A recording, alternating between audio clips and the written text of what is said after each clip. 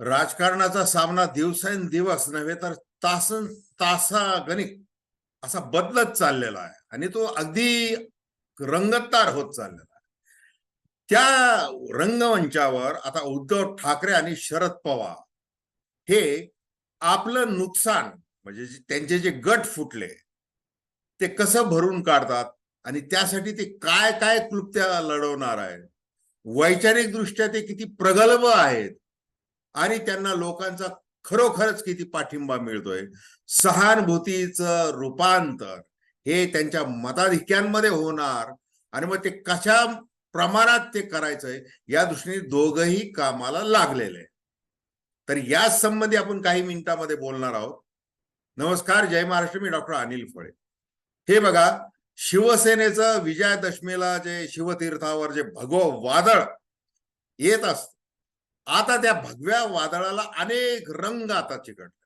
म्हणजे त्याच्यामध्ये हिरवा रंग आहे, निळा आहे, लाल आहे, अनेक प्रकारचे रंग त्याच्यामध्ये आता मिसळणार आहेत. कारण की जे 21 समाजवादी घटक संघटना ह्या एकत्र आल्या आणि त्यांनी उद्धव ठाकरे हे आमचे नेते असं जाहीर करून टाकलेलं आहे. आणि मग राजकारणामध्ये सगळंच कसं क्षम्य असतं. विचारांचे पादत्राणं वेळ पडेल तिथं कसे बाजूला काढायचे असतात आणि वेळ पडल्यानंतर आपल्या सख्यांवर कसे ते चालवायचे असतात हे आता आपल्याला लोकसभेच्या निमित्ताने दिसणार आहे. शरद पवार यांनी असं ठरवलेले की जसं यशवंतराव चव्हाण हे त्यांचे आदर्श, त्यांचे गुरु, राजकीय गुरु यशवंतराव चव्हाणांना त्यांच्या शिक्षकाने वर्गामध्ये म्हणजे यशवंतराव चव्हाण लहान असताना सगळ्या मुलांना असं विचारलं होतं की मी कोण होणार हे तुम्ही एका कागदावर लिहून द्या मला. मग अनेकांनी मोठमोठे आदर्श नाव लिहिले की मी अमुक लोकमान्य टिळक होणार, मी महात्मा फुले होणार, मी अमुक होणार, मी तमुक होणार. मग यशवंतराव चव्हाणांनी काय लिहिलं? यशवंतराव चव्हाणांनी लिहिलं होतं मी यशवंतराव चव्हाण हो. गुरुजी आता संतापणार, तुझा अहंकार तुझ्याशी बोलतोय असं त्यांचे सवंगडी त्यांना म्हणायला लागले. परंतु झालं उलट. हेडमास्तरांनी यशवंतराव चव्हाणांचं कौतुक केलं. थोडा मोठ्यांचे आदर्श घ्या आणि स्वतः तेवढे आदर्श बनवू शकू एवढं आपलं व्यक्तिमत्व मोठं करा. तर आता शरद पवारांकडून यशवंतराव चव्हाण हिसकावण्याचा देखील प्रयत्न आता चाललेला आहे. तो अजित पवार गटाने तो केलेला आहे. आता खरंच ती फाळणी होणार आहे का? अजिबात होणार नाही. फुले शाहू आंबेडकरांचं नाव घेत आतापर्यंत शरद पवारांनी आपलं राजकारण केलेलं आहे आणि कोणत्याही स्थितीमध्ये भाजपच्या वळचणीला जाऊन बसायचं नाही याचा त्यांनी विडा उचललेला आहे आणि त्यांनी तशी घोषणा करून टाकलेली. अनेक प्रलोभनं आली, दबाव आले आणि मग त्या दबावामुळेच एकेका मला राजीनामा सुद्धा द्यावा लागला होता असं छगन भुजबळांच्या तोंडी ते वधून झालं. आता ते छगन भुजबळांनी स्वतः केलं. अजितदादा पवारांवर जी थोडीशी आतली जी नाराजी त्यातून की काय त्यांच्या मागे ते शरद पवारांवर आरोप देखील करतात की त्यांनी मला काही मदत केली नाही, अमुक केलं नाही, मी तुरुंगात गेलो, फलाना फलाना ते भरपूर बोलतात आहे. आता हे जे आर्म स्ट्रॉंग आहेत असे आर्म स्ट्रॉंग सगळीकडे निर्माण झालेले. मूळ मुद्दा असा आहे की एकनाथ शिंदे आणि त्यांचे ते 39 आमदार फुटले, खासदार 2 अंकी खासदार फुटले आणि आता ते रणकंदन माजवत आहे. नरेंद्र मोदी आणि अमित शहा यांना ह्या एकनाथ शिंदे गटाने वचन दिलेलं आहे की आम्ही मिशन 45 मध्ये या महाविजयामध्ये आमचा मोठा वाटा असणार आहे. अर्थात त्यांनी लोकसभेच्या 22 जागा मागितल्या. मग आता त्यांच्या मागे खरोखर किती जे मतदान जाणार आहे तर ते 5 ते 7% जाईल असं आतापर्यंत जे काही सर्वे आले त्याच्यातून ते समोर आलेलं आहे. त्याच्यामुळं आपलं काही काम भागत नाही म्हणून अजित पवारांना भारतीय जनता पक्षाने जवळ केलेलं आहे. मग आता शरद पवार हे जे काही बिनीचे शिलेदार ज्यांना म्हणतायत आणि इतका प्रगल्भ मोठा असा अनुभव आहे, त्या अनुभवाच्या जोरावर त्यांनी जशी कोल्हापूरला सभा घेतली मग तिथं ते आपल्या महाराजांना त्यांनी तिथं बोलवलं, छत्रपती शाहू महाराजांना तिथं बोलवलं, बीडला सभा घेतली, येवल्याला घेतली त्यांनी सभा, जळगावला सभा घेतली. आणि आता शरद पवारांच्या सभेला आपण उत्तर सभा घ्यायची नाही असं अजितदादा पवार यांना जाहीर करावं लागलं. हे बोलणार काय? आता जसं मीरा बोरवणकर ज्या माजी पोलीस महासंचालक त्यांनी आयुक्त त्यांनी जसा आरोप केला की 3 एकर जागा बिल्डरच्या खशात घाला पोलिसांची येरवडा परिसरातली, असं माझ्यावर दबाव अजित पवार यांनी आणला होता असं त्यांनी मॅडम कमिशनर या पुस्तकामध्ये दिलं. मग तशा प्रकार मग हा जो आरोप आहे मीरा बोरवणकर यांचा बोलवता धनी कोण आहे, तो शरद पवार गटामधला आहे असं त्यांच्या एका कार्यकर्त्याने सांगून टाकलेलं आहे अजित पवारांच्या. आता हे आरोपांचे इतके बाण सुटणार आहेत बघा. मग शरद पवारांवर जे आतापर्यंत जे आरोपांचे बाण सुटलेले आहेत त्यांना अजून कोणते नवीन बाण सुटले जाणार आहेत पुढे?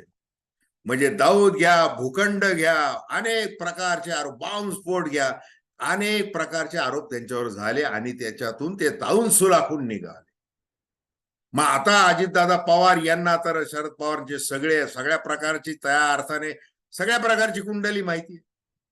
दुसरं म्हणजे प्रफुल्ल पटेल यांना माहिती आहे, छगन भुजबळ यांना माहिती आहे, दिलीप वळसे पाटील यांना माहिती आहे, हसन मुश्रीफ यांना माहिती आहे आणि नवाब मलिक यांना सुद्धा माहिती आहे. ते भले आता काही बोलत नाहीत.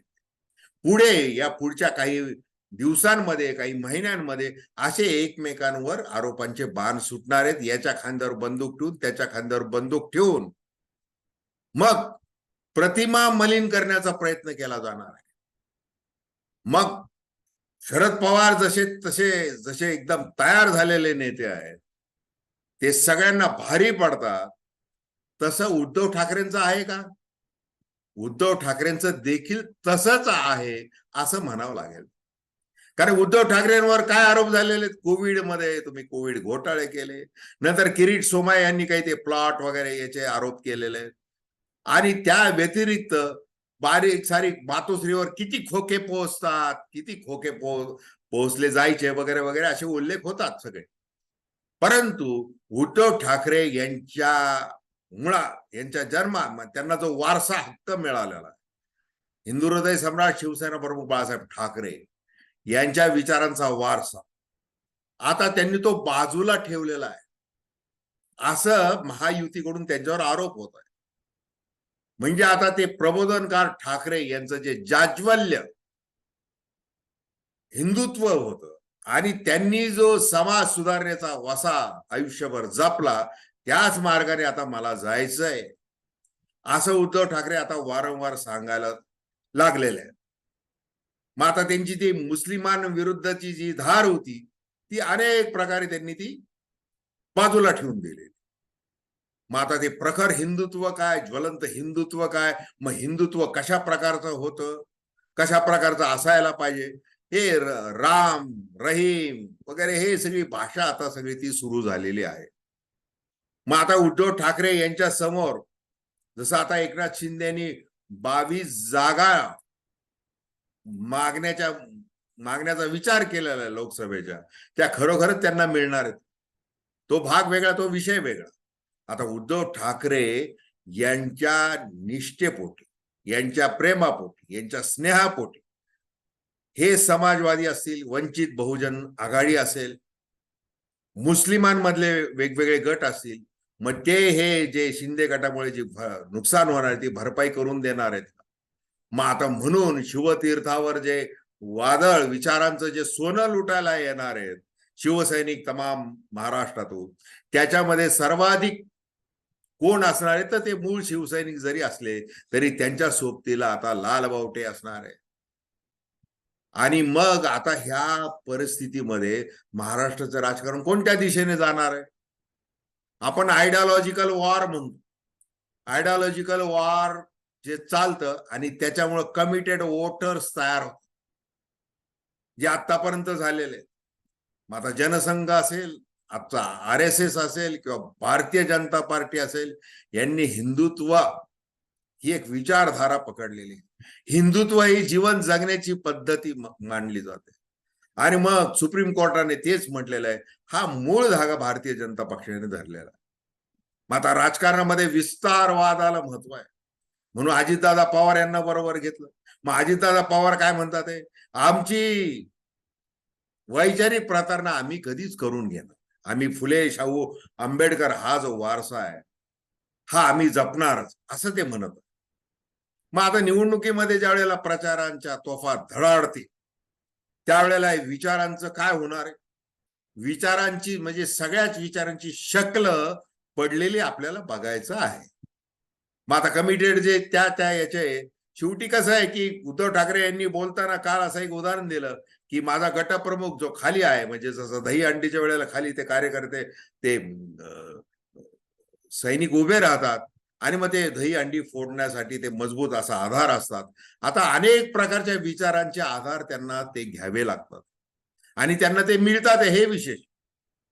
मग अशा परिस्थितीमध्ये आता शिवसेना ही कुणाची, तर ते जसं शरद पवार म्हटले की राष्ट्रवादी कुणाची हे लोक आता ठरवतील. इकडे निवडणूक आयोग, सर्वोच्च न्यायालय किंवा विधानसभेचे अध्यक्ष काय करतील तर हा गोष्ट वेगळी आहे, परंतु लोक निश्चित राष्ट्रवादी कुणाची हे निवडणुकीमध्ये ठरवतील असं शरद पवार म्हटलेले. तसं उद्धव ठाकरे देखील म्हणत आहे. आता असं आहे, उद्धव ठाकरे आणि शरद पवार हे जरी त्या अर्थाने राजकीय अर्थाने समदुःखी असले तरी त्यांच्या दोघांमध्ये म्हणजे उद्धव ठाकरे यांचा शरद पवारांवर कितपत विश्वास आहे, मध्यंतरीच्या काळामध्ये जे काही शरद पवार यांची भूमिका संभ्रमात टाकणारी होती त्यावेळेला उद्धव ठाकरे काय बोलून गेलेले किंवा एकमेकांच्या पुस्तकामध्ये किंवा दैनिकामध्ये काय उल्लेख झालेले हे काही कुणी विसरलेलं नाही. परंतु आता मविवाच्या मतांमध्ये फाटाफूट करण्यासाठी मोदी शाह यांनी टाकलेल्या तो डाव फसला पाहिजे म्हणून हे दोघेही कामाला लागलेले. आता याचं काय प्रत्यंतर आपल्याला निवडणुकीमध्ये बघायला मिळतंय ते आपल्याला त्याचा विचार आपण करायचा आहे. आणि विचार करायचा म्हणजे आपण एक सामान्य माणूस म्हणून विचार करायचा. म्हणजे आता जसं आता कोणत्या राजकीय पक्षामध्ये जावं हे जसं कार्यकर्त्याला संभ्रमात टाकणार आहे तसं कोणत्या विचारांमागे जावं असा प्रश्न सामान्यांना पडणारा आहे आणि त्यासाठी राजकीय नेत्यांनी पुढाकार घेतलेला आहे. तर धन्यवाद. हा व्हिडिओ आपल्याला आवडला असल्यास अवश्य शेअर करा, सबस्क्राईब करा आणि आपल्या प्रतिक्रिया बिनधास्तपणे नोंदवा. धन्यवाद.